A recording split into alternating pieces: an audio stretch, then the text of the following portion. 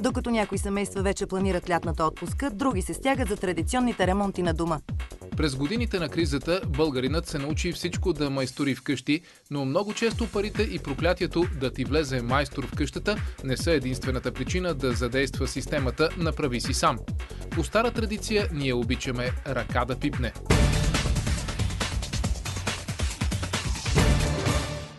Ремонтите за българите са толкова традиционни, както и празнуването на празниците. Това е част от нашия бит и от нашата култура и традиции.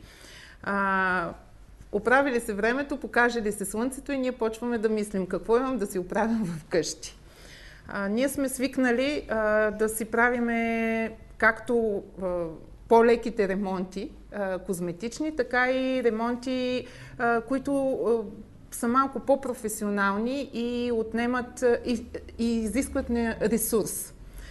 Това, което бих обърнала внимание за тази година като новост, която забелязвам, е възможността да се вземе под наем оборудване. Говоря за оборудване, което не ни е необходимо в къщи през цялата година, а можем да го ползваме само за ремонти. Например, дават се под наем машини, картачи, дават се под наем примерно алуминиеви стълби, алуминиеви скелета, транспортни колички, с които може да се пренесе товар или някакъв материал, също така строителни колички, които също могат да се използват може и за 24 часа да се вземе под наем, може да се вземе за седмица до месец. Тази нова услуга, според мен, относително нова за българския пазар, се развива в последните 1-2 години и ние наблюдаваме един добър интерес и смятам, че това би било много полезно за майсторите, домашните майстори, защото веднъж ще им улесни конкретния ремонт, а след това няма да ги натовари финансово, няма да натовари бюджета им. Значи, примерно за строителните колички ние имаме варианти, примерно, в 4 типа размера, в зависимост от това за какво ни е необходимо. И примерно, ако говорим за 24 часа, от най-леката количка, която е най-така, бих казала, за малки материали, за не тежки, от 5 лева за 24 часа, може да стигне за по-професионална и голяма количка до 20 лева.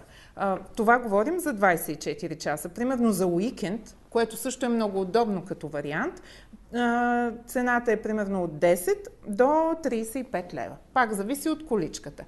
Другото, което също смятам, че би било много интересно, това са скелетата. Малките алуминиеви скелета, които в къщи или на къщата, ако искате да си направите ремонт, са ви необходими, примерно, за да го сглобите, да си боядисате стена или да боядисате отвън или отвътре, имам предвид стена.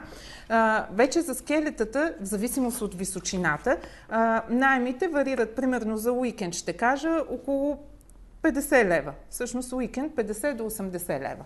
Няма български мъж, който остава равнодушен пред щанда на инструментите в магазина. Като говорим за инструменти, аз мисля, че това е царството на мъжете. Инструменти има една огромна палитра, най-различни видове. От типа, като се почне инструменти, които са за пробиване, бормашини, картачи и така нататък, и минем през комплектите инструменти. Това, което примерно ние предлагаме, са няколко типа комплекти инструменти, в зависимост от това доколко професионално домашния майстор иска да има инструменти в къщи.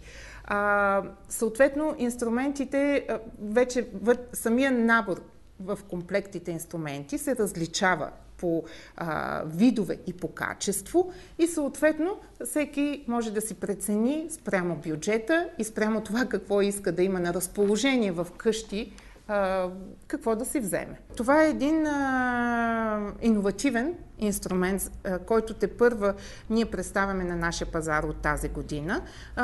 Общото му наименование е трещотка.